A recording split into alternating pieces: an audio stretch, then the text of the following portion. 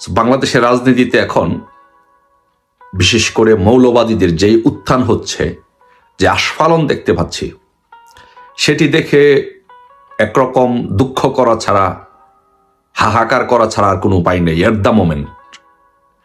কারণ বাংলাদেশের রাজনীতিতে যে যখনই এসেছে, সেটা তারেক রহমান বলেন, জিয়া রহমান বলেন, খালেদা জিয়া বলেন আর ইউনূসী বলেন, তারা ক্ষমতাকে কুক্ষিগত করে রাখার জন্য, তারা নিজেদের স্বার্থ চরিতার্থ করার জন্য, তারা তাদের আদর্শের, মতের বা ইচ্ছার বাহিরে গিয়ে অনেক সময় জাস্ট ক্ষমতাটাকে ভোগ করার জন্য, এনজয় করার জন্য এবং নিজে ক্ষমতায় থাকার জন্য, নিজের স্বার্থ চরিতার্থ করার জন্য বিভিন্ন সময় বিভিন্ন ইনস্ট্রুমেন্ট বাংলাদেশে ইউজ করেছে। এর মধ্যে অন্যতম হচ্ছে, যদি আমি বলি, যে বাংলাদেশে জামাত শিবির যে মৌলবাদী চক্র, সেই চক্রকে বিএনপি আজকে তাদের 3 জেনারেশন ধরে, 3 পুরুষ ধরে এই চক্রটাকে আজকে পুষে আসছে, পুষে তাদেরকে এমন একটা জায়গায় নিয়ে আসছে আজকে যেটা তাদের জন্য একটা হুমকি হয়ে গেছে। আজকে দেখেন বাংলাদেশের রাজনীতিতে বঙ্গবন্ধুকে হত্যার পরে এই জিয়াউর রহমান এই মৌলবাদী চক্রকে, জামাত শিবিরকে, স্বাধীনতা বিরোধী পক্ষকে বাংলাদেশের রাজনীতিতে সে নিজে ক্ষমতা থাকার জন্য, আওয়ামী লীগকে নিধন করার জন্য, আওয়ামী লীগকে ধ্বংস করার জন্য সে বাংলাদেশে এই জামাত শিবিরকে এস্টাবলিশ করেছে। কিন্তু দিন শেষে তার পরিণতি কি হয়েছে? তার পরিণতি কি হয়েছে এটা সবাই জানেন। তার মৃত্যুর পর তার স্ত্রী বেগম খালেদা জিয়া, এই তারেক রহমানের মা, একই কাজ করেছে। তার স্বামীর আদর্শকে বুকে ধারণ করে জামাত শিবিরকে দীর্ঘদিন লালন পালন করেছে, করে 2001 সালে তাদেরকে ক্ষমতায় বসিয়ে তাদের গাড়িতে পতাকা দিয়ে তাদেরকে, তার হাজব্যান্ড জিয়াউর রহমান তাদেরকে লালন পালন করেছে। আর 2001 সালে তার স্ত্রী বেগম খালেদা জিয়া তাদেরকে ক্ষমতায় বসিয়ে তাদেরকে ক্ষমতাবান করেছে, ক্ষমতাবান করে তাদের গাড়িতে পতাকা দিয়ে আজকে তাদেরকে এই জায়গায় নিয়ে আসছে। তারপরে বেগম খালেদা জিয়া বেগম খালেদা জিয়া অসুস্থ হওয়ার পরে এই তারেক রহমান যখন দলের নেতৃত্ব দিয়ে ওই জামাতের সাথে জোট করে, মানে নিজে ক্ষমতায় যাওয়ার জন্য, আদর্শভিত্তিক কোনো রাজনীতি না, আদর্শের কোনো রাজনীতি না, নিজে ক্ষমতায় যাওয়ার জন্য, ক্ষমতায় বসার জন্য, আওয়ামী লীগকে হটানোর জন্য সে জামাতকে পেট্রোনাইজ করে, জামাতকে সকল ধরনের সহযোগিতা করে, জামাতের সাথে অ্যালায়েন্স করে আজকে জামাতকে এই জায়গায় নিয়ে আসছে। এখন এই 3 পুরুষ, আমি বলি যে জামাত শিবিরের 3 দোসর হচ্ছে বেগম খালেদা জিয়া, জিয়াউর রহমান এবং তারেক রহমানের 3 প্রজন্মই হচ্ছে জামাত শিবিরের দোসর। আজকে এই জামাত শিবির আজকে কি হচ্ছে, নিয়তির কি পরিহাস দেখেন আপনারা। এই জামাতে আজকে যেই সাপ এই তারেক রহমানের মা, তারেক রহমানের বাবা পুষেছে, আজকে এই জামাত শিবিরই আজকে তাদেরকে খাওয়ার জন্য উঠে পড়ে লেগেছে। এবং দিন শেষে বিশ্ববিদ্যালয়গুলো তো আপনারা দেখেছেন নির্বাচন অলরেডি খেয়ে দিয়েছে। এখন যদি জাতীয় নির্বাচনেও যদি তাদেরকে কোনো প্রক্রিয়াতে খেয়ে দেয়, যেহেতু মার্কিন যুক্তরাষ্ট্র এখানে বড় ধরনের একটা গেম খেলছে তাদের আধিপত্য বিস্তার করার জন্য, এবং পাকিস্তান তাদেরকে সরাসরি সহায়তা করছে। সো এখন যদি এই ধরনের বড় ধরনের কোনো গেম হয়, তাহলে জামাত শিবির যদি তারেক রহমানকে খেয়ে দেয়, তাহলে বাংলাদেশে আসলে এই কথাটা বলতেও মানে মনের মধ্যে অনেক কষ্ট হয়, কলিজা ফেটে যায়। একটা জঙ্গিবাদী, উগ্রবাদীর একটা উত্থান হলো। আজকে এই জঙ্গিবাদের উত্থানের জন্য, উগ্রবাদীদের উত্থান, তারা যদি আজকে কোনোভাবে যদি ক্ষমতায় আসে, তাহলে দেশের কি একটা অবস্থা হবে আপনারা একবার চিন্তা করে দেখতেছেন? তারা তো, বিএনপি তো বসে আছে, তারেক রহমান তো বসে আছে, ভোট করবে, কিন্তু জামাত মার্কিন যুক্তরাষ্ট্র সহ বিভিন্ন দেশের সাথে আহতাত করে, নেগোসিয়েশন করে তারা যে কি করবে, এটা তো বিএনপি টের পাচ্ছে না। সো এই জন্য আমি বলি যে রাজনীতিতে আপনি, তারেক রহমানকে বলি, আপনি যেই সাপ পোষেছেন সেই সাপে আপনাকে সবল দিয়েছে, আপনার বাবাকে দিয়েছে, আপনার মাকে দিয়েছে, আপনার দলকে দিবে, বিএনপিকেও এই সাপেই সবল দিবে। আপনি দেখেন ইতিহাসের আপনার এই কার্যকলাপ ইতিহাসের অংশ হয়ে থাকবে। আপনি আপনার দলকে বিলীন করে দিয়েছেন, ইসলামিক উগ্রবাদী মৌলবাদী শক্তিদের হাতে তুলে দিয়েছেন। অপরদিকে ইনুসের চরিত্র দেখেন, ইনুস দীর্ঘদিন যাবৎ বিদেশে থেকেছে, আমেরিকাতে থেকেছে, বিদেশে পড়াশোনা করেছে, বিদেশে ব্যবসা বাণিজ্য করেছে, নোবেল পুরস্কার পেয়েছে। বিদেশের সাথে, পশ্চিমাদের সাথে তার ভেরি হট কানেকশন। অথচ ইনুস একজন পশ্চিমাদের একজন প্রতিনিধি হিসাবে সে সে কিন্তু এই মৌলবাদী জামাত এগুলো কিন্তু তার আদর্শ না। সে কিন্তু তার সম্পূর্ণ বিপরীত আদর্শের একজন মানুষ।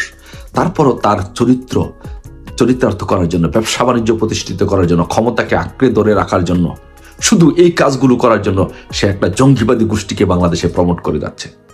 চিন্তা করতে পারছেন যে বাংলাদেশে এই চক্র, ক্ষমতালোভী চক্র কত বড় ডেঞ্জারাস, কত বড় চরিত্রহীন এই ক্ষমতালোভী চক্র।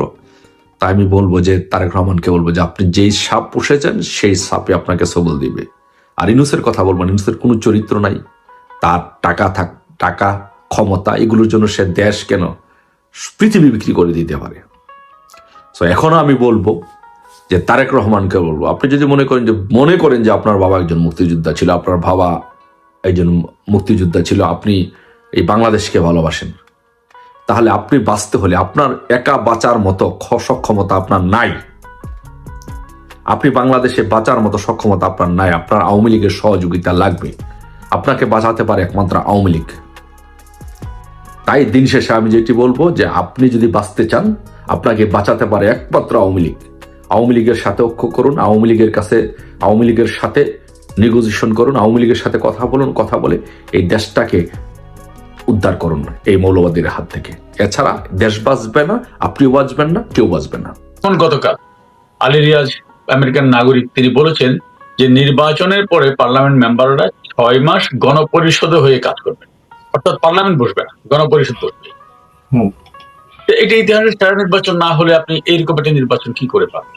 আর এটা তো নিঃসন্দেহে পৃথিবীর ইতিহাসের একটা সেরা সরকার। যেমন গতকাল আমি দেখলাম যে পররাষ্ট্র উপদেষ্টা বলেছেন রোহিঙ্গাদের পাসপোর্ট দেওয়া মানে কিন্তু নাগরিকত্ব দেওয়া নয়। কখনো শুনেছেন এত চমৎকার একটা ব্যাখ্যা? শুনেছেন? মানে পাসপোর্ট দেওয়া হবে, নাগরিকত্ব দেওয়া হবে। মানে এটা তো মেটিকুলাস ডিজাইনের চেয়ে আমার মনে আরো অনেক উপরের ধাপের বিষয়।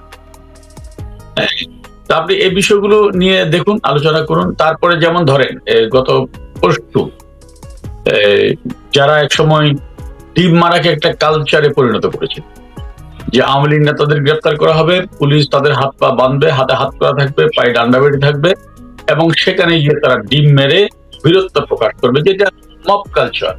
এটা হচ্ছে প্রেশার গ্রুপ। এখন সেই মব কালচার যখন অটোমেটিকলি মাত্র 1.5 বছরের মাথায় জনগণ তাদের দিকে ফিরিয়ে দিচ্ছে, তখন তারা বিএনপিকে অভিযুক্ত। এবং মজার বিষয় হচ্ছে, দেখুন, এটা একটা বিশ্বের আরেকটা সেরা দৃষ্টান্ত যে এমন ডিম, মানে কোন ফ্যাক্টরি থেকে বেরিয়েছে আমি জানি না, কোন মুরগি এই ডিমটা পেরেছে, এই মুরগিটাকে কিন্তু ওই জাদুঘরে নিয়ে যাওয়া দরকার। কারণ যে মুরগির ডিমের কারণে 7-8 জনের মাথা ফেটে গিয়েছে, আবার দেখুন মাথা ফেটেছে কিন্তু ব্যান্ডেজ করা হয়েছে ক্যাপের উপরে, তার উপরে ক্যাপ পড়েছে, ক্যাপের উপরে, মানে ক্যাপ সহ মাথা ফেটে গিয়েছে। এরকম একটা শক্তিশালী ডিম, এবং সেগুলো কিন্তু এই সরকারি উৎপন্ন করছে। তো এরকম একটি পরিবেশে একটি নির্বাচন হচ্ছে, আপনি এটা কিভাবেই বিশ্বের সেরা নির্বাচন বলবেন না, আমাকে একটু বলেন তো। এবং সামগ্রিক অর্থে আপনি দেখুন, তারা একটি সংস্কার করে, এবং সংস্কার করার পরে বলেছে আমরা এই সংস্কার গণভোটের মাধ্যমে পাস করাবো। এই সংস্কার জনগণ চাইলে পাস হবে, নাহলে পাস হবে না। এই জন্য হানা ভোট। তাহলে জনগণ চাইলে পাস হবে, নাহলে হবে না। তাহলে সেখানে সরকার নিজের টাকা পয়সার সামর্থ্য সবকিছু উজাড় করে হ্যাঁ ভোটের পক্ষে প্রচারণা চালাবে। তা আপনি এর চেয়ে ভালো ভোট, এর চেয়ে সেরা ভোট আপনি কোথায় পাবেন? পৃথিবীতে এরকম দৃষ্টান্ত আর পাবেন নাকি যে জনগণকে প্রভাবিত করা হচ্ছে যে হ্যাঁ ভোট দিতে হবে, না হয় দেশে থাকতে পারবেন। তো এইসব বিবেচনা করলে তো আপনাকে বলতে হবে একটা আমরা ইতিহাসের সেরা নির্বাচনের দিকে যাচ্ছি, এবং সেরা নির্বাচনের আরো অনেকগুলো লক্ষণ ইতিমধ্যেই দৃশ্যমান হচ্ছে। এইসব মিলিয়ে আসলে এখন মানুষের জবাব দেবার সময় এসে। নির্বাচন কেমন। শুধু এইটুকু বলি এই পর্বে যে ডক্টর ইউনূস সাহেব বড় বড় কথা অনেক বলছে, আবার কালকে তিনি দেখুন কেমন একটা সেরা নির্বাচনের দিকে যাচ্ছে। তিনি যখন সরকার প্রধান অবৈধভাবে দখল করে আছেন সেই পদটি, তখন তিনি কালকে আবার বলেছেন মানে প্রতারণায় বাংলাদেশ বিশ্ব চ্যাম্পিয়ন। তাহলে এই বিশ্ব চ্যাম্পিয়নটা কে করলো, কার আমলে হলো? তো এই বিশ্ব চ্যাম্পিয়নের আমলে বিশ্ব চ্যাম্পিয়নের মতো একটা নির্বাচন হবে, সেই নির্বাচন দেখার অপেক্ষায় আমরা। আমিন ভাই, আপনি কি মনে করেন যে ডক্টর ইউনূসের স্থানটা কি আন্তর্জাতিক মহলে এখনো সে আগের পর্যায়ে আছে, নাকি তা একটা নড়বড়ে হয়ে গিয়েছে, বা তার ইউনূসের অবস্থান কত শক্তিশালী আপনি বুঝতেছেন না? তিনি তো বলেছেন যে আমরা কোথাও যাবো না, বিশ্ব আমাকে যাবে। কিন্তু তিনি যখন ইতালি গেলেন, সেখানে রোমের মেয়র, ইতালির মেয়র না, রোমের ছোট্ট একটা শহরের মেয়র, শহরের মেয়র, তিনি তার সাথে দেখা করতে গিয়েছেন। এবং তিনি তাকে এত সম্মান দিয়েছেন, তাকে একটা সিঙ্গেল চেয়ারও দিলেন, একটা ডাবল চেয়ারে তাকে বসতে দিলেন। এতে তিনি ধন্য ধন্য হয়ে গিয়েছেন। তাহলে বুঝেন যে ওনার অবস্থানটা কত উপরে গিয়েছে। কিন্তু তিনি বলছেন আমরা কোথাও যাব না, পৃথিবী আমাদের কাছে। এই জন্য আমরা বিশ্বকাপে খেলতে চাই না, বিশ্বকাপ আমাদের কাছে আসবে, আমরা কেন খেলতে চাই? তো আমার মনে হয় এই একটি ঘটনায় প্রমাণ করে যে এই বিশ্বের আন্তর্জাতিক সেরা খেলোয়াড়ের মর্যাদা কত, এবং আবার বিশ্বকাপে খেলতে না গিয়ে এমন একটা ভাব নিল যে সেখানে ভোটাভুটি হলো একেবারে পেয়ারের পাকিস্তান ছাড়া। মানে ওনার আন্তর্জাতিক মহলে ওনার অবস্থান কত স্ট্রং, তার পেয়ারের পাকিস্তান ছাড়া বিশ্বের আর কোন দেশের একটা ভোট বাংলাদেশের পক্ষে তিনি আনতে পারলেন। যদিও বা আমি মনে করি যে এইভাবে আইপিএল থেকে আমাদের মোস্তাফিজকে বাদ দেওয়াটা আমি কোনোভাবেই সমর্থন করি না, এবং সেটা ঘৃণা করে প্রত্যাখ্যান করি। কিন্তু তারপরেও এই জায়গাটাই কোথায় একটা দেশের খেলা, একটা ইন্ডিভিজুয়াল টুর্নামেন্ট, আর কোথায় একটা আন্তর্জাতিক টুর্নামেন্ট। এই আমিন ভাই, সরি, আপনি জি, মোস্তাফিজের সাথে যেটা হলো আপনি দুঃখ প্রকাশ করছেন, কিন্তু আমাদের এটা শুরুটা তো আমাদের সাকিবুল হাসানের সাথে হয়েছে, তাই না? না, ডেফিনেটলি সাকিব হাসানের সাথে সেটা আরো বড় অপরাধ। কিন্তু সাকিব আল হাসান আর মোস্তাফিজের প্রেক্ষাপটটা ভিন্ন। মোস্তাফিজকে একটা টিম দলে নিয়েছে আইপিএল এ, এবং সেখানে তারা মোস্তাফিজকে তাদের একটা উগ্র সাম্প্রদায়িক গোষ্ঠীর প্রেসারের কারণে বাদ দেওয়া হয়।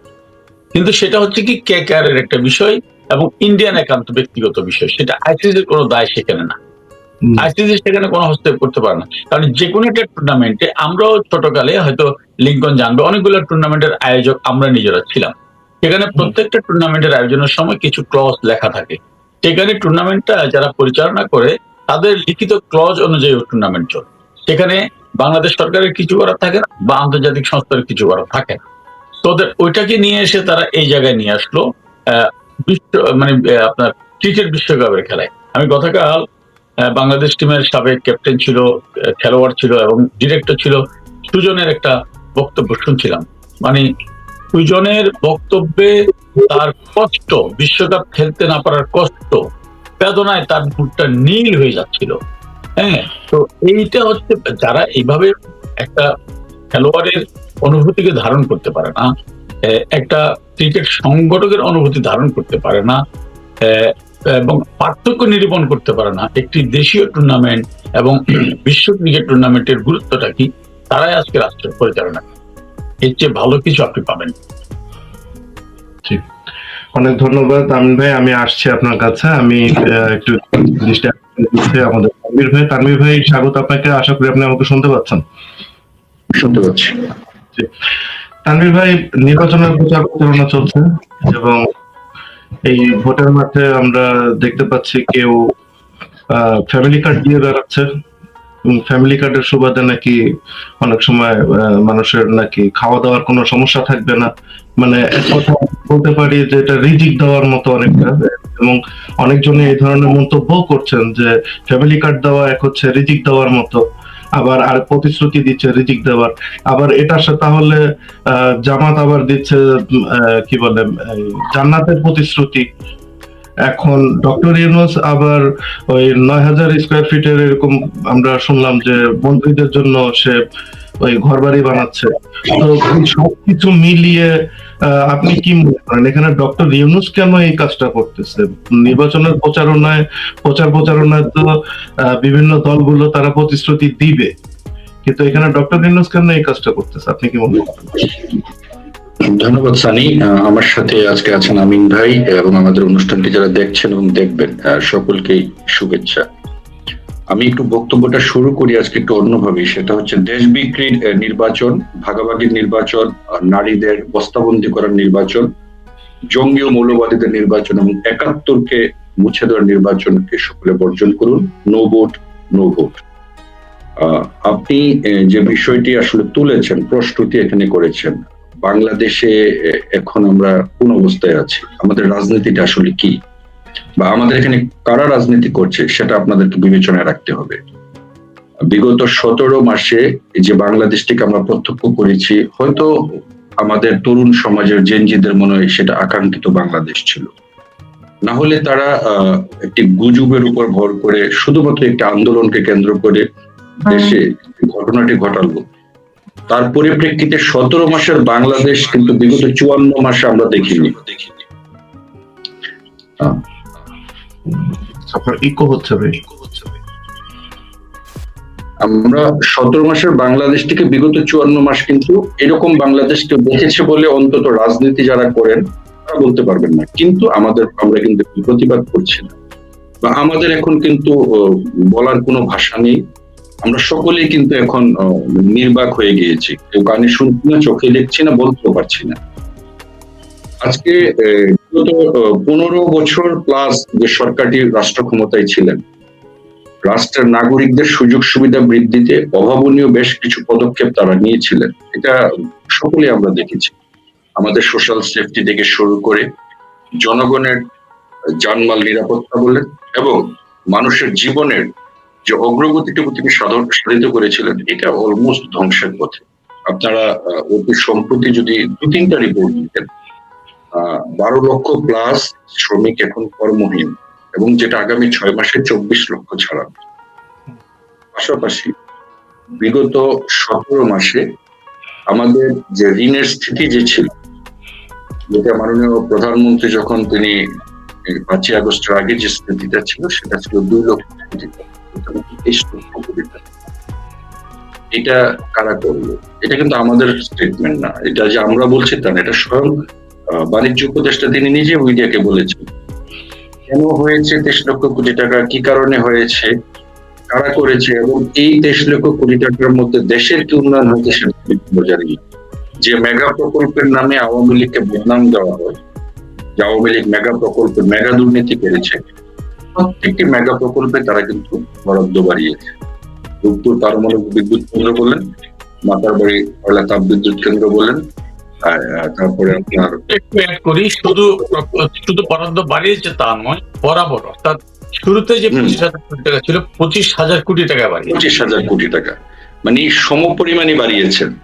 এবং আশ্চর্য হবেন যে সেটা শুনলে, যেটা এমআরটি 4-5 যে কাজগুলো চলছিল, এমআরটি 1 এর যে কাজগুলো চলছিল, সে কাজগুলো কিন্তু বন্ধ আছে। কারণ সরকার, আওয়ামী লীগ সরকার যে চুক্তিটা করেছিলেন, এখন তার ডাবল তারা দাবি করছেন।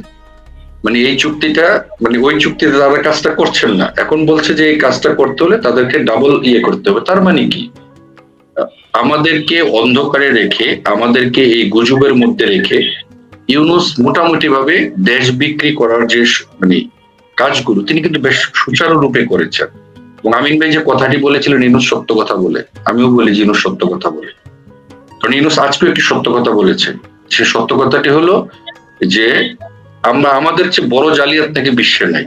তার মানে কি, ইউনূস নিজে স্বীকার করছে যে এই বাংলাদেশে, হ্যাঁ, সে নিজে স্বীকার করেছে যে তাদের চেয়ে বড়, এখন সে ওটা সরাসরি বলতে পারছে না যে আমার চেয়ে বড় জালিয়াত বিশ্বে নেই, এই কথাটি সে সরাসরি বলতে পারছে না, সেই জন্য আমাদের উপর দিয়ে দিয়েছে যে আমাদের চেয়ে বড় জালিয়াত বিশ্বে নেই। এখন দেখেন বিএনপি বলেন, জামাত বলেন, বা এখন যারা রাজনীতি করছে, তারা এই যে ১৭টি মাস আমাদেরকে উপহার দিয়েছে, তারা তো সকলেই হিসেবে ক্ষমতায়, আমরা তো তাদেরকে বলতে পারি না যে তারা ক্ষমতার বাইরে, তারা ক্ষমতার ভাগাভাগি করে তারা মোটামুটি ভাবে তারা ক্ষমতায় আছেন। এখন হয়তো যখনই কারোর ভাগে কম করে আপনারা শুনবেন যে একজন আরেকজনকে দোষ দিচ্ছে, যে জামাত বলে যে ওখানে বিএনপি আর বিএনপি বলে যে ওখানে জামাত, কিন্তু বিহাইন্ড দ্য সিন হচ্ছে যে তারা উভয়ে they are enjoying the power equally. এখানে এটার কোনো ইফ অর বাট নাই, এটা একেবারেই পরীক্ষিত সত্য এখন বাংলাদেশে। কিন্তু প্রশ্নটা হচ্ছে তারেক রহমান দীর্ঘ 17 বছর পরে বাংলাদেশে আসলেন। এখন বাংলাদেশে আসার পরে আমরা এক্সপেক্ট করেছিলাম যে মানুষ পরিবর্তন হয়, যেহেতু সভ্য সমাজে ছিলেন, গণতান্ত্রিক রাষ্ট্রে ছিলেন, আশা করেছিলাম যে তিনি উদারতার পরিচয় দিবেন এবং তিনি হয়তো জাতির এই দুঃসময়ে তিনি সঠিক রাজনৈতিক চর্চাটি করবেন। কিন্তু আমরা আশাহত হলাম। এই কারণে আশাহত হলাম, তিনি বাংলাদেশে পদার্পণের পরে তিনি বেশ কয়েকদিন আসলে চুপ ছিলেন এবং 300 ফিটে যেটি পূর্বাচল শেখ হাসিনা এক্সপ্রেসওয়ে, যেটাকে নাম পরিবর্তন করে তাদের জঙ্গিদের নামে এখন করেছে, সেই জঙ্গিদের এক্সপ্রেসওয়েতে গিয়ে তিনি যে কথাটি বললেন, সেদিন পর্যন্ত ঠিক ছিল, কিন্তু হয়তো সেটি মুখস্থ বক্তব্য ছিল বিধায় হয়তো ঠিক ছিল, অনেক দিনের মুখস্থ করা একটি বক্তব্য। বাট যখন তিনি এই নির্বাচনী প্রচারণা শুরু করলেন, চট্টগ্রাম থেকে শুরু করে এই ঢাকা, আজকে ময়মনসিংহ বা অন্যান্য জায়গায় ঘুরছেন, তো জাস্ট একটি কথা মনে করিয়ে দিতে যাই, চট্টগ্রামে যে গ্রাউন্ডটিতে তার এই বক্তব্যটি দিয়েছিলেন, আপনারা ওই গ্রাউন্ড সকলেই ছিলেন, জাস্ট তার থেকে সম্ভবত আমিন ভাই বেশি দূর হলে মানে কত হেঁটে গেলে 5 মিনিটের রাস্তা, যেখানে সার্কিট হাউসে জিয়াউর রহমানের যে হত্যাকাণ্ড সংঘটিত স্মৃতি জাদুঘর, আওয়ামী লীগ কিন্তু গত 16 বছর সেটিকে সংরক্ষণ করেছে, রক্ষণাবেক্ষণ করেছে এবং ভালোভাবে সেটিকে তারা মেনটেন করেছে। কেউ জিয়ার জাদুঘরে একটি ঢিল ছুটতে যায়নি, কিন্তু আমাদের মুক্তিযুদ্ধের সতিকাগার, আমাদের আবেগের জায়গা তারা ভেঙেছে। এটা আমাদের কষ্ট হয়ে নিতে, আমরা অনেকেই মানে এই জিনিসগুলো নিতে পারছি না। কিন্তু সেখানে কি দেখেছেন, তারা স্লোগান দিয়ে ভেঙেছে যে তারেক তোমায় কথা দিলাম, 32 ভেঙে দিলাম। এই স্লোগান গুলো হয়েছে এবং যুব দলের যে নয়ন, যে সন্ত্রাসী নয়ন একটা ছেলে আছে, তার নেতৃত্বে এগুলো হয়েছে। শুনছি বুলডোজার দিয়েছে ইশরাক বা হোয়াট এভার দিস থিং। তো আমরা আসলে নতুন রাজনীতি বিএনপির কাছ থেকে আশা করিনি, মানে আশা করেছিলাম বাট আমরা পাইনি। ইনফ্যাক্ট তারা যে রাজনীতিটা এখন বাংলাদেশে করার চেষ্টা করছে, যে প্রলোভন দেখাচ্ছে জাতিকে যে তারা এই করবে, ফ্যামিলি কার্ড দিবে, what ever the thing is that, 1.5 কোটি স্মার্ট কার্ড মাননীয় প্রধানমন্ত্রী আজকে অনেকদিন ধরেই এটা অলরেডি চালু করা একটা মানে রানিং প্রজেক্ট, এবং যার সুবিধা 10টি পণ্য টিসিবি থেকে তারা কিন্তু একেবারে ন্যায্য মূল্য, কম মূল্যে 1.5 কোটি পরিবার কিন্তু এটা সুবিধাভোগী। তো সুতরাং এখানে ফ্যামিলি কার্ডের যে বিষয়টা তিনি নিশ্চয়ই এটা নিউ কোনো আইডিয়া তারা দিতে পারেনি জাতিকে। পাশাপাশি জামাত যে ধরনের উন্নয়ন বা করবে বা যে ধরনের কথাবার্তা মাঠে করাচ্ছে, জান্নাতের টিকিট বিক্রি করছে, কেউ জান্নাতের এজেন্সি, কেউ এমপিরা তো রীতিমতো জান্নাতের বিভিন্ন জান্নাতের আপনার পাহারাদার হয়ে গিয়েছে। তো কে কোন তানভীর ভাই, আপনি জামাতের প্রসঙ্গে যাওয়ার আগে আমি আরেকটু যুক্ত করতে চাই জনাব তারেক রহমান সম্পর্কে। উনি আশ্বাস দিয়েছেন প্রায় 20,000 কিলোমিটার খাল খনন করবেন। এখন আমাদের দেশ হচ্ছে নদীমাতৃক দেশ এবং আমরা খেয়াল করে দেখতেছি যে আমাদের অনেক নদী হারিয়ে গিয়েছে, শুকিয়ে গিয়েছে। এখন আমরা যদি নতুন করে খাল খনন করি তাহলে এটা প্রাকৃতিক ভারসাম্য কতটুকু ঠিক রাখবে বলে আপনি মনে করেন এবং এটা কতটুকু যুক্তিসঙ্গত? আমিন ভাই আমার চেয়ে একটু ভালো হয়তো আমিন ভাইরা বলতে পারবেন যে খাল খননটা মূলত জিয়াউর রহমানের রাজনৈতিক এজেন্ডা ছিলেন। তিনি সারা বাংলাদেশে খাল খনন কর্মসূচি শুরু করেছিলেন। তো তারই ছেলে, আমি একটু শেয়ার করি, এটা হচ্ছে উনি 20,000 কিলোমিটার যদি খাল খনন করেন, প্রতিদিন 11 কিলোমিটার অন্তত পক্ষে বেশি করতে হবে। এটা হচ্ছে ওই যে প্ল্যান। আমি সরকার পাওয়ার জন্য আই হ্যাভ এ ড্রিমকে প্যারোডি করে আই হ্যাভ এ প্ল্যান করে ফেললাম, কিন্তু আসলে সেটা বাস্তবায়ন যোগ্য কিনা সেটা ভাবলাম। ভাবলে কিন্তু 50 লাখ ফ্যামিলি কার্ড দেওয়ার কথাও বলতো না, আর 20,000 কিলোমিটার খাল খননের কথাও বলতো না। ভাবলে একইভাবে তিনি যে ফ্লাইওভার টাকা খরচ করে দরকার কি, মাত্র 20% মানুষ এখানে এটাকে ইউজ করে এই কথাও বলতেন না। কেন বলতেন না? তাহলে তো বিমানে তো 1% লোকও চলাফেরা করে, তাহলে বিমানটা বন্ধ করে দেন। একটা হ্যাভ এ প্ল্যানটা আসার আগে মাথায় চিন্তা করতে হবে, what should I talk and what I am talking. তাহলে তো ঢাকা বিশ্ববিদ্যালয়ে 1% স্টুডেন্ট বাংলাদেশে পড়াশোনা করে না, বন্ধ করে দেন। হারবার্ডে আমেরিকান কোন ইউনিভার্সিটি, আমেরিকান 1% স্টুডেন্ট হারবার্ডে চান্স পায় না, তাহলে বন্ধ করে দেন। অক্সফোর্ড বন্ধ করে দেন, এখানে তো গরিবের লোকটা পড়ে না, বন্ধ করে দেন। এই যে একটা সস্তা কথা, মানুষকে এগুলি নিয়ে ভাবতে হবে। উনি যদি বলতেন এবং 20%, ওকে, পৃথিবীর কোন দেশে মেট্রো রেল অথবা পাতাল রেল যেগুলো হয় সেগুলো ওভারনাইট 100 কিলোমিটার, প্রথমে 10 কিলোমিটার, তারপর 20 কিলোমিটার, তারপর দক্ষিণে এক্সপান্ড হয়, উত্তরে এক্সপান্ড হয়, এইভাবে তো যাতায়াতটা হয়, তাই না? একসাথে তো একটা রাষ্ট্র একদিনেই তো আপনার চাঁদের দেশে পৌঁছে যেতে পারেন। আই হ্যাভ এ প্ল্যান, এটা যদি সুচিন্তিত হতো, হি নেভার সেড। আবার 50 কোটি গাছ লাগাবে, তাহলে ডেইলি লাগাইতে হবে 2,77,000 গাছ 5 বছর। আমাদের জায়গা বাঁচবে আমিন ভাই, সরি, আমাদের জায়গা কি বাঁচবে যদি এত কোটি গাছ লাগায়? এটা তো এই প্রসঙ্গে অ্যাডভোকেট আবু হেনা রাজ্জাকি সুন্দর একটা কথা বলেছেন। আপনি 50 কোটি গাছ লাগালে পুরো বাংলাদেশ একটা বনে পরিণত হয়ে যাবে, এবং 20,000 কিলোমিটার খাল খনন করেন, তাহলে পুরো বাংলাদেশের জলাভূমি হয়ে যাবে। কোনো সমতল ভূমি, মানুষের বসবাসের ভূমিও থাকবে না, আর শুধু অক্সিজেন খেয়ে বাঁচতে হবে, চাষাবাদের জায়গাও থাকবে। আমরা থাকবো কোথায়, বাড়িঘর কোথায় করবো যদি এটা সত্যি সত্যি বাস্তবায়ন? আমরা থাকবো না, আমরা গাছের উপর সুন্দর করে আমরা তখন এই হোম ট্রি বানাবো, ট্রি হোম বানাবো, গাছের উপর বাড়ি থাকবে, আচ্ছা ওইরকম করবো আমরা। এই জন্য ঠিকই শুধু চমৎকারী কথা বললে হয় না, এটার বাস্তবতার সাথে মিলাতে হয়। শেখ হাসিনা যেমন 1 কোটি স্মার্ট কার্ড আরো 3 বছর আগে চালু করেছেন, তিনি 3 বছর পরে এসে বলছেন আমি 50 lakh smart card, family card দিই। It's funny. তো আবার আরেকটা কথা দেখুন, লিঙ্কন, তানভীর লিঙ্কন খুব ইমোশনালি 32 নাম্বার ভাঙা নিয়ে বলছিলেন। আমি এই বিষয় নিয়ে আসবো। অবশ্যই আমাদের চরম ইমোশনের জায়গা। আমি আলোচনাটা এইভাবে হলে, ইন্টারাকশনটা হলে বোধহয় একটু ডিফারেন্ট হইলো। তো যেমন ধরুন, আমার এই যে তারেক জিয়া বাংলাদেশে আসতেন, ওকে, আমাদের সাথে তাদের রাজনৈতিক প্রতিদ্বন্দ্বিতা আছে, আমাদের বিরুদ্ধে তারা বক্তব্য দিবে, খুব স্বাভাবিক। কিন্তু আমি অবাক হয়ে লক্ষ্য করলাম যে পরিবর্তন বাংলাদেশে, মূলত বাংলাদেশ, ভারত, পাকিস্তান এই অঞ্চলে জানাজার পরে কিছু কথা বলা হয়, এবং সেখানে, কারণ আমি সৌদি আরবে অনেক জানাজা পড়েছি, কোনো কথা নেই, শুধু মানে আল্লাহু আকবার নিয়ত করে সালাম দিয়ে বিদায়। বাট আমাদের উপমহাদেশে এই কালচারটা থাকে। আর তিনি যদি রাজনৈতিক ব্যক্তি হন, তার উদ্দেশ্যে কিছু প্রশংসা করা হয়, আল্লাহর কাছে মোনাজাত করা হয়। কিন্তু আমি কোনোদিন জানাজা দাঁড়িয়ে কোন রাজনৈতিক দলকে বিরুদ্ধে বিষোদ্গার করা দেখি, যেটা এবার বেগম জিয়ার জানাজায় বিএনপির সিদ্ধান্তে নজরুল ইসলাম সাহেব করলেন। তিনি এই মৃত্যুর জন্য শেখ হাসিনাকে দায়ী করলেন। প্রথমত আমি মনে করি দায়ী শেখ হাসিনা নয়, কেননা সেটা আমি পরে বলছি। তারপরে তর্কের ক্ষেত্রে আমি যদি মনে করি দায়ী, উনি এটা জানাজা না বলে পারতেন, উনি সেটা রাজনৈতিক মিটিং এ গিয়ে বক্তব্যটা দিতেন। জানাজার মতো একটা জায়গাটাকেও তারা রাজনীতিকরণ করে ফেললেন। এখন শেখ হাসিনা দায়ী নয়। কেন বলছি? বেগম জিয়ার যদি কোনো ভুল ট্রিটমেন্ট হয়, সে দায়িত্ব শেখ হাসিনার না, কারণ বেগম জিয়া তো ট্রিটমেন্ট নিয়েছিলেন তার পছন্দের ডাক্তারের কাছে, শেখ হাসিনার পছন্দের ডাক্তারের কাছে। তিনি 5ই আগস্ট 2004 সালে কারাগার থেকে বেরিয়েছেন, মানে তাকে কারাগার তো ছিল না, বাড়ির থেকে তিনি মুক্ত হয়েছেন। এরপরে যদি তার শারীরিক কোনো সমস্যা থাকতো, ডাক্তার তখনই তাকে বলতেন যে ট্রিটমেন্টের জন্য বিদেশ নিয়ে যেতে, কিন্তু নেয়নি তো, ডাক্তার বলেনি তো, কারণ হি ওয়াজ কোয়াইট ওকে। এবং তিনি বিদেশে গেলেন 1 মাস পরে, মে মাসে, 10 মাস পরে। লন্ডনে তো ডাক্তার তাকে বলেনি যে উনি বাংলাদেশের কোনো মিসট্রিটমেন্টের শিকার হয়েছিলেন।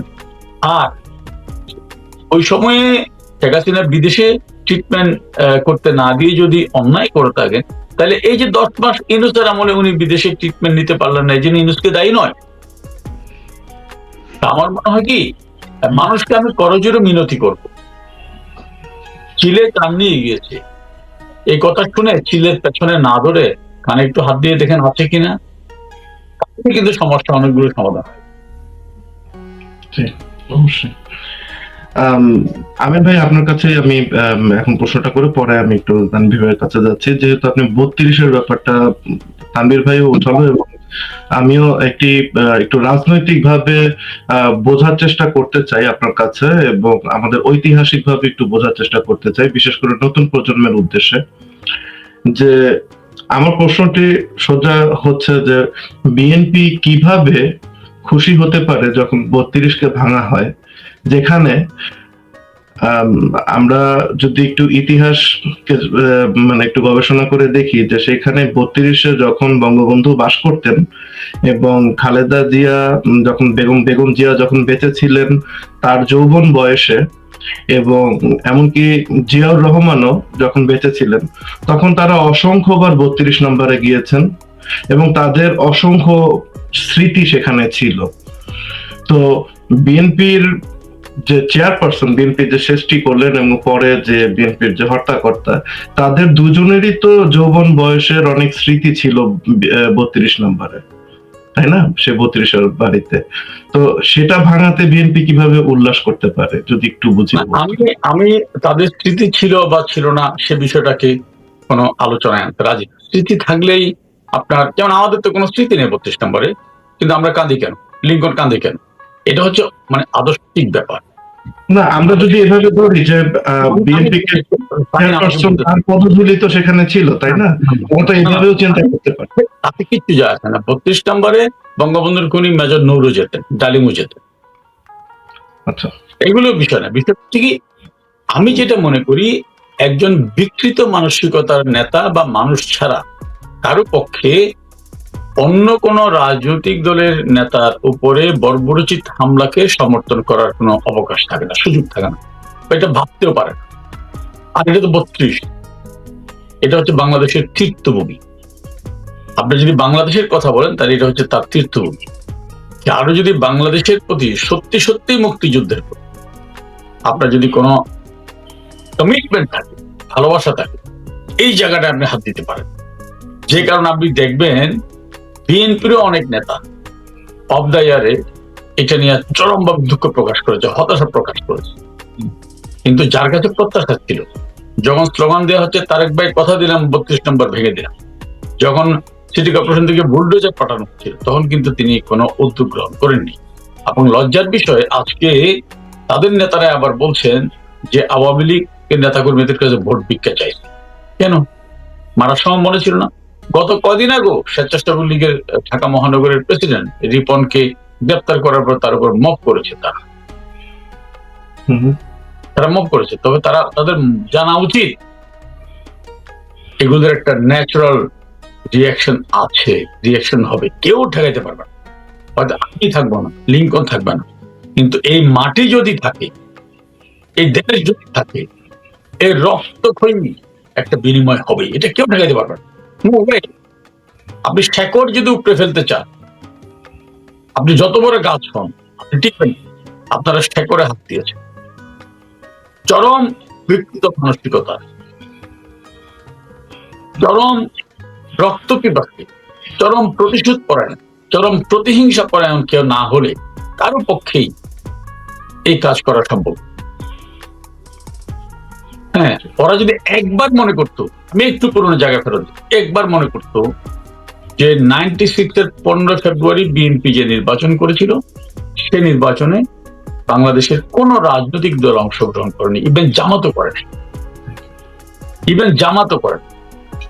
সে নির্বাচনে বেগম জিয়া বঙ্গবন্ধুর আত্মস্বীকৃত খুনি বজলুল হুদাকে এনে বিরোধীদের আসনে বসিয়েছে, নেতার আসনে বসিয়েছে।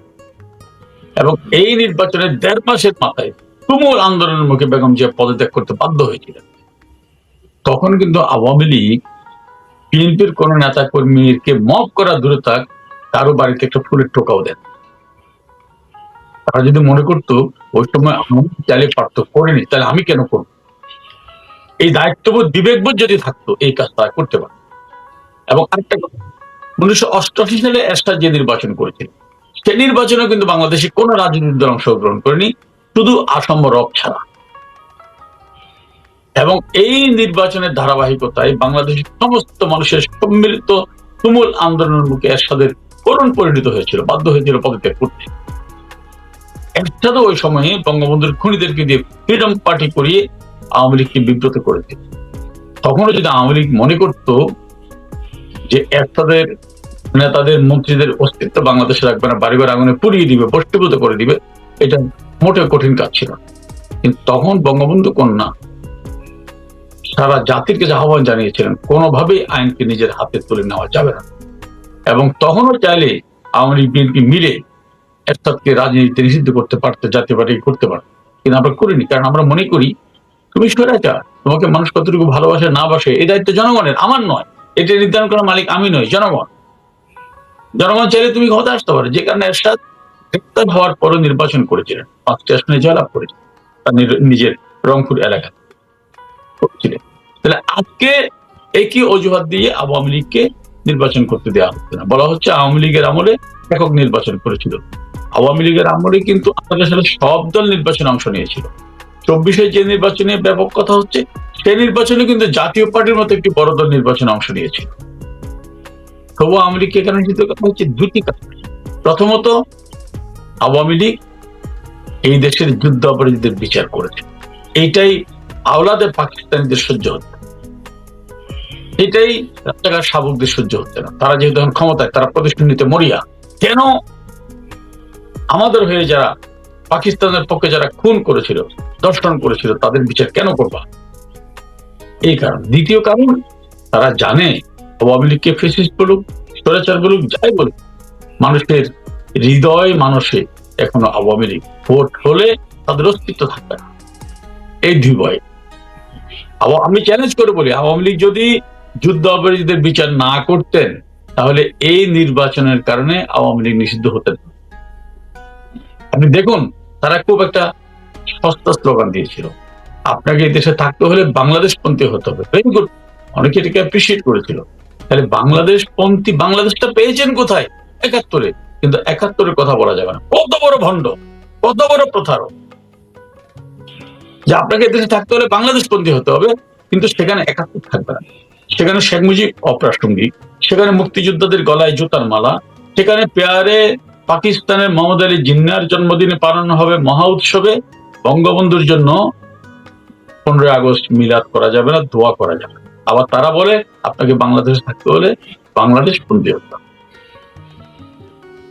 সেখানে যে পাকিস্তানিরা 30 লক্ষ মানুষকে হত্যা করলো, তাদের সাথে প্রেমে হাবুডুবু খাওয়া যাবে, কিন্তু যে মুক্তিযুদ্ধে ভারত তাদের 14,000 সেনা জীবন দিল, সে ভারত হয়ে যাবে আমাদের শত্রু। এই ভণ্ডামি জনগণ ধরে ফেলেছে বলেই আজকে আওয়ামী লীগের জনপ্রিয়তা দিন দিন বাড়ছে, বঙ্গবন্ধু কন্যার জনপ্রিয়তা বাড়ছে। তাই তারা নির্বাচনে বঙ্গবন্ধু কন্যাকে জোর করে আওয়ামী লীগের রাজনৈতিক অ্যাক্টিভিটিস বন্ধ রেখেছে, যাতে অংশগ্রহণ করতেন। এগুলোর কিন্তু সময় আসছে, মানুষ জেগে উঠছে। সুতরাং ওরা যেটা প্রশ্নটা করেছিলেন, যাদের চিন্তা চেতনায় বাংলাদেশ নেয়, তাদের পক্ষে সম্ভব 25 নম্বর ঘুরিয়ে, মানুষের পক্ষে বাংলাদেশ পন্থী কোন মানুষের পক্ষে সম্ভব না। অনেক ধন্যবাদ আমিন ভাই। আমি আসছি আবার আপনার কাছে। তানভীর ভাই, আপনার কাছে একটু আসতে চাচ্ছিলাম, আশা করি শুনতে পাচ্ছেন। তানভীর ভাই, আমরা গুপ্ত রাজনীতি কথাটি শুনেছি, এবং আমরা যতটুকু জানি, এবং আওয়ামী লীগের পক্ষ থেকেও বলা হচ্ছে যে তারা গুপ্ত রাজনীতির শিকার হয়েছেন। তো এখন মাঠে আওয়ামী লীগ নেই, এখন বিএনপি কতটুকু গুপ্ত রাজনীতির শিকার বলে আপনি মনে করেন? এবং তার সাথে আমি আরেকটু যুক্ত করে দিচ্ছি, তা হচ্ছে বিএনপিতে কিছু উল্লেখযোগ্য নেতৃবৃন্দ আছেন, তাদেরকে বিএনপি থেকে বহিষ্কার করা হয়েছে, যারা বিগত 16-17 বছর বিএনপিকে রাস্তায় টিকিয়ে রেখেছিল, বিভিন্ন জায়গায় বিএনপির হয়ে কথা বলেছেন, কিন্তু এখন তাদেরকে বিএনপি থেকে বহিষ্কার করা হয়েছে, তারা এখন স্বতন্ত্রভাবে আছেন। তো এটাও কি কোনো গুপ্ত রাজনীতির কারচুপি, বা এটা কি কোনো কারসাজি, আপনি কি মনে করেন? ধন্যবাদ। দেখেন, বিএনপি এবং জামাতকে আপনারা কেন আলাদা করেন বারবার? আপনারা একটা জিনিস আমরা অনেকে ভুল করি, যে জামাত আলাদা দল, বিএনপি আলাদা দল। নো, তাদের এখনকার লিডার তারেক রহমান তো নিজেই বলেছেন, ছাত্রদল এবং ছাত্র শিবির একই মায়ের পেটের দুই ভাই। কথাটা কি বলেননি? তো যেহেতু তিনি বলেছেন যে একই মায়ের পেটের আপন দুই ভাই, তো সুতরাং তারা গুপ্ত হোক সুপ্ত হোক, সেটা তো তাদের মধ্যেই তারা একে অপরের মধ্যে নিহিত থাকে। আর বাংলাদেশ জামাতে ইসলামী বা বাংলাদেশ ইসলামী ছাত্র শিবির তারা যে রাজনীতি করে, একটি জিনিস আপনারা খেয়াল করুন। আমাকে যদি আপনি জিজ্ঞাসা করেন, আমি আমার আত্মপরিচয় দিতে কিন্তু আমি দ্বিধান্বিত হব না, বা আমি লুকাবো না। আমিন ভাইও সেটা করবেন না। এই 17 মাসে আমাদের ছাত্রলীগের বা আওয়ামী লীগের যাদেরকে অ্যারেস্ট করেছে আপনারা দেখেছেন, মবের মধ্যে এই ছেলেরা চিৎকার করে বলেছে জয় বাংলা, জয় বঙ্গবন্ধু। কিন্তু এই ছাত্র শিবির 16-17 বছর তারা গুপ্তভাবে তাদের পরিচয় লুকিয়ে তারা ছাত্রলীগের সাথে মিশে তারা রাজনীতিটি করেছে। বিভিন্ন সামাজিক সংগঠনের ব্যানারে বা অন্য কোনো ব্যানারে তারা এসে তারা রাজনীতি করেছে। এখন তাদের প্রত্যেকের নামের পিছনেই দেখা যাচ্ছে যে ছাত্রলীগের ইতিহাস জড়িত, মানে ছাত্রলীগের সাথে সম্পৃক্ততা জড়িত মানে পাওয়া যাচ্ছে। এখন ছাত্রলীগের ভুল ত্রুটি কি ছিল, এটা ছাত্রলীগের নেতৃবৃন্দরা সিদ্ধান্ত নেবেন, বা তারা নিজেদের ফোরামে আলোচনা করে দেখবেন যে এই ভুলগুলো ছাত্রলীগের কেন হয়েছে, কেন নেতৃত্ব নির্বাচনে তারা ভুল করেছিল, কেন এই খেসারত দিতে হলো। এবং আমি মনে করি আজকে এই যে রাজনীতিটি আমরা শিকার হলাম, মোটামুটি আওয়ামী লীগ যখন শিকার হয় তখন তো বাংলাদেশটা আসলে শিকারে পরিণত হয়। মাননীয় প্রধানমন্ত্রী যখন কওমি সনদকে স্বীকৃতি দিলেন, কওমি মাদ্রাসার যে সনদকে স্বীকৃতি দিলেন, তখন কিন্তু আপনার বিশেষ করে বিশ্ববিদ্যালয়গুলোতে, সরকারি বিশ্ববিদ্যালয়গুলোতে মাদ্রাসা পড়ুয়া ছাত্রদের একটা ব্যাপক তারা ভর্তি হতে পেরেছে, ব্যাপক সংখ্যক ছাত্র কিন্তু ভর্তি হতে পেরেছে। এবং আপনারা খেয়াল করলে দেখবেন এই যে জুলাইয়ের মেটিকুলাস আন্দোলনের যতগুলো কুশীলব আছে, যতগুলো স্টুডেন্ট আমরা দেখতে পাচ্ছি, তাদের সকলের কিন্তু অলমোস্ট 99% মাদ্রাসা ব্যাকগ্রাউন্ড, মানে খুব কম পাবেন যে জেনারেল এডুকেশন থেকে এসেছে। এবং আপনি আরো খেয়াল করবেন এই যে ছাত্রগুলোকে যারা হাইলাইটস হচ্ছে, আপনারা এখানে যমুনা টিভির কথা ভুলে গেলে চলবে না। এই যমুনা টিভি কিন্তু স্পেসিফিক্যালি কিছু কিছু ছাত্রকে গত 4-5-6 বছর ধরে প্রমোট করছে। আপনারা যে রনির কথা কি মনে আছে, যে রেল নিয়ে যে নাটক করেছে একটা ছেলে, এই রনিকে প্রমোট করেছে, তারপর হাসনাতকে প্রমোট করেছে, আরো কয়েকটা মেয়ে আছে তাদেরকে প্রমোট করেছে ঢাকা ইউনিভার্সিটির বিভিন্ন ইস্যু টিস্যুকে কেন্দ্র করে। কিন্তু এন্ড অফ দ্য ডেতে আমরা কি দেখলাম, এগুলো সকলে আসলে গুপ্ত শিবির এবং ছাত্র শিবিরের বিভিন্ন মানে তাদের তো আসলে অনেকগুলো শাখা প্রশাখা আছে এবং বিভিন্ন শাখা প্রশাখায় তারা নিমজ্জিত। এবং আপনারা আরেকটা জিনিস খেয়াল করবেন যে বাংলাদেশে যত কোচিং সেন্টার গুলো আছে, বিশেষ করে বিশ্ববিদ্যালয় ভর্তি কোচিং বলেন, বিসিএস বলেন, বা অন্যান্য যে কোচিং ব্যবসাগুলো আছে, মেডিকেল, ইঞ্জিনিয়ারিং, এর 95% বা 98% জামাত ছাত্র শিবির তারা পরিচালনা করে, যেটা বিগত 17 বছর আওয়ামী লীগের নীতি নির্ধারকরা এটার দিকে আসলে খেয়াল করতে পারেনি। কেন পারেনি সেটা আমি আসলেও জানি না। পাশাপাশি বাংলাদেশে যে পরিমাণ মাদ্রাসা মানে গত 17 বছরে গজিয়ে উঠেছে, যে পরিমাণ মাদ্রাসা, সেটা চোখে না দেখলে কেউ বিশ্বাস করবে না। এবং ইভেন আমাদের অনেক আওয়ামী লীগের নেতাদেরও অনেকের 10-11টা করে মাদ্রাসা আছে। এখন কেন তারা এগুলো করেছেন, কি কারণে করেছেন, বা এখানে কি লেখাপড়া হচ্ছে, এগুলোকে কেন মনিটরিং এর আওতায় নিয়ে আসা হয়নি, সবকিছু নিয়ে আসলে মানে একটা কোশ্চেন থেকেই যায়। কিন্তু আমি একটা বিষয়, যেহেতু আমিন ভাই আছেন, হয়তো তারা দলীয় ফোরামে কথাগুলো তুলবেন ওপেনলি, আমরা অনেক কিছু আসলে বলি না আর বলা উচিত না। কিন্তু আওয়ামী লীগ যে ডেভেলপমেন্ট যে সেক্টরে তারা যে কাজগুলো করেছে, এটা নিয়ে জনগণের কাছে কিন্তু এখনো মানে এটা আমরা যখন মাঠে ঘাটে চলি, সাধারণ মানুষের সাথে কথা বলি, সাধারণ মানুষের কথা একটাই, যে শেখের বেটি যা নিয়ে গেছে এটি তোমরা 100 বছরও দিতে পারবে না। ওদের এক কথা, একেবারে মানে চোখ বন্ধ করে এই কথাটা বলে।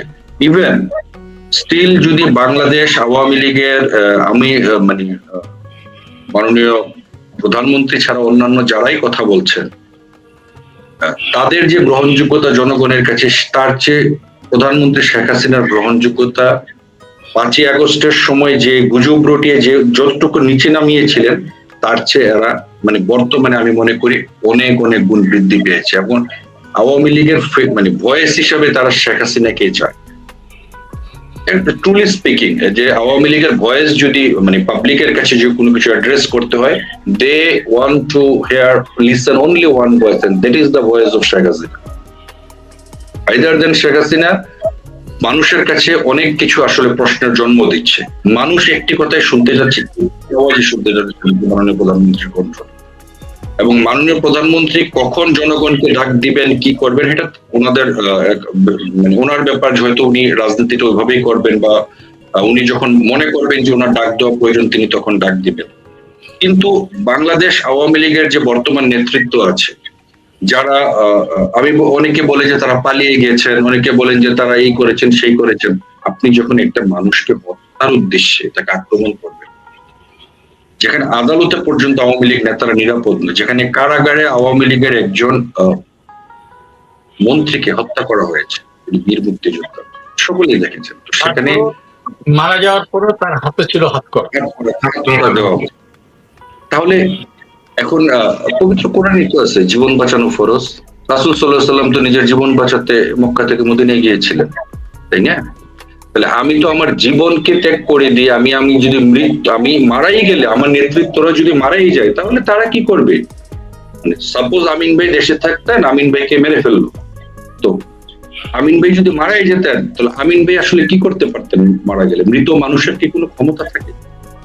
সুতরাং যারা এই নেগেটিভটা দাঁড় করান যে আওয়ামী লীগ পালিয়ে গিয়েছে, আওয়ামী লীগের নেতৃত্বরা দেশ ছেড়ে পালিয়েছে, কারণ আওয়ামী লীগের কাছে সে মেসেজটা ছিল যে আওয়ামী লীগকে, এখানে মাননীয় নেত্রীকে হত্যার উদ্দেশ্য ছিল।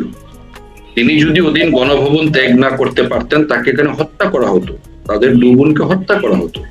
তাহলে তিনি তাকে তাকে যেভাবে বাংলাদেশ ছেড়ে যেতে হলো, তিনি তো নিজের ভাড়া করা বিমানটি যাননি, তাকে বাংলাদেশের সশস্ত্র বাহিনী সর্বোচ্চ প্রটোকল দিয়ে তাকে স্থানান্তরিত করে এসেছে আর সেই জায়গাতে।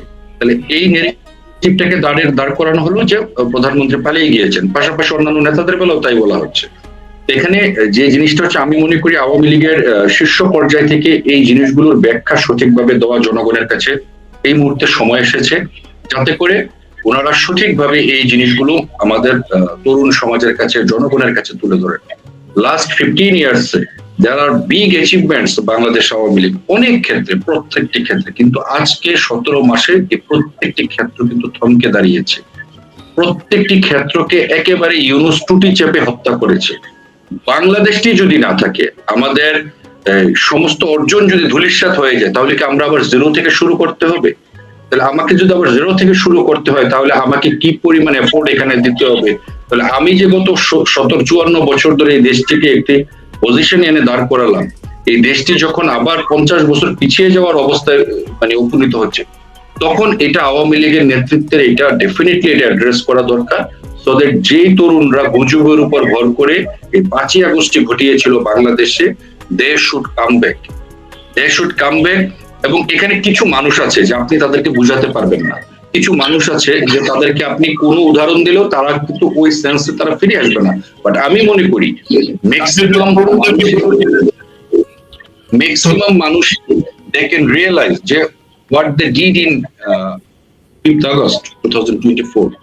সুতরাং মানুষের মধ্যে কিন্তু সেই জিনিসটা এখন কাজ করছে, যে অনেকে লজ্জায় বলতে পারছে না যে আমি ভুল করেছি, সোশ্যাল মিডিয়াতে সে বলতে পারছে না। সে এখন বাংলাদেশের এই 17 মাসে আপনারা যদি দেখেন, কোন সেক্টর নাই যারা আক্রান্ত হয়নি। এখানে আওয়ামী লীগ আক্রান্ত হয়েছে আপনারা মনে করেন? নো, আওয়ামী লীগকে আপনারা নিষিদ্ধ করেছেন, আওয়ামী লীগ মিছিল করতে পারছে না, মিটিং করতে পারছে না, আওয়ামী লীগের সব ধ্বংস করে দিয়েছেন, এটা ওয়ান পার্ট আপনারা করে দিয়েছেন। কিন্তু অক্রান্তরা বাংলাদেশটাকে তো আপনারা ধ্বংস করে দিয়েছেন, এবং ধ্বংস করে আপনারা শেষ করেননি। আপনারা বর্তমানে যারা রাজনীতি করছেন, তারা ক্ষমতায় আসার জন্য যে কাজটি করেছেন, আপনারা সকলেই ইউএস এর কাছে এনডিএ চুক্তি আপনারা করে এসেছেন। এনডিএ নন ডিসক্লোজার এগ্রিমেন্ট যিনি ইউনুস সাইন করেছে, যারা আওয়ামী লীগকে আমাদেরকে বলতো যে আমরা ভারতের কাছে ভারতের সাথে গোলামি চুক্তি করেছি, এই চুক্তি তারা বিগত 17 মাসে দেখাতে পারেনি, কিন্তু গোলামি চুক্তি আপনি করলেন। এবং এই গোলামি চুক্তির সাথে কিন্তু জামাত এবং বিএনপি সরাসরি তারা আমেরিকাকে জানিয়েছে যে তারা এই চুক্তির সাথে সহমত। যে এই জামাত, বিএনপি, এনসিপি এবং ইউনুস তারা সকলে দেশ বিক্রির অপশক্তি। দেশ বিক্রি করে হলো তারা ক্ষমতায় থাকতে হবে। তাদের কাছে দেশের জনগণের there is no importance। মানুষ এখানে কি করবে, মানুষ মরবে বা মানুষের এখানে জীবন হয়ে যাবে, উৎসাহ হয়ে যাবে, এটা নিয়ে তাদের তো কোনো রাজনীতি নাই। যার কারণে তাদের এই অপরাজনীতি তারা শুরু করেছে, এবং তারা যে মানুষের কাছে গিয়ে যে নেগেটিভ গুলো এখন দিচ্ছে, তারা কি বলবে? বিএনপি আপনারা দেখেন 3 বার রাষ্ট্র ক্ষমতায় ছিল, তাই তো? বিএনপি কিন্তু প্রতিবারই 91 থেকে 96 সেখানে জামাত কিন্তু পার্টনার, কারণ জামাতের সাথেই অ্যালায়েন্স হয়ে বিএনপি রাষ্ট্র ক্ষমতায় গিয়েছে। 2001 থেকে 2006 জামাত বিএনপি 4 দলীয় মহাজোট ক্ষমতায়, তাই না? তাহলে এখানে জিয়াউর রহমানের সরকারে তো জামাতের লোকজনই ছিল না, যুদ্ধাপরাধীকে প্রধানমন্ত্রী বানায়নি তারা। তাহলে জামাতকে সাথে নিয়ে বিএনপি বরাবরই রাজনীতি করছে, কিন্তু জামাত বিএনপিকে বলে আমাদেরকে একবার সুযোগ দিয়ে দেখেন, আপনারা সকলকেই দেখেছেন, আমাদেরকে একবার দেন। কিন্তু বিএনপির সাথে তো জামাত জন্মগতভাবেই জড়িত এখানে বাংলাদেশের রাজনীতিতে, এবং সকল অপকর্ম দুটি দল একসাথে মিলেই কিন্তু করছে বাংলাদেশে। কিন্তু তাদের এখন যে নেগেটিভ, তারা মানুষকে আবারও বোকা বানানোর জন্য তারা বিভিন্ন দিকে ডাইভার্ট করেছে তাদের নেগেটিভ গুলো।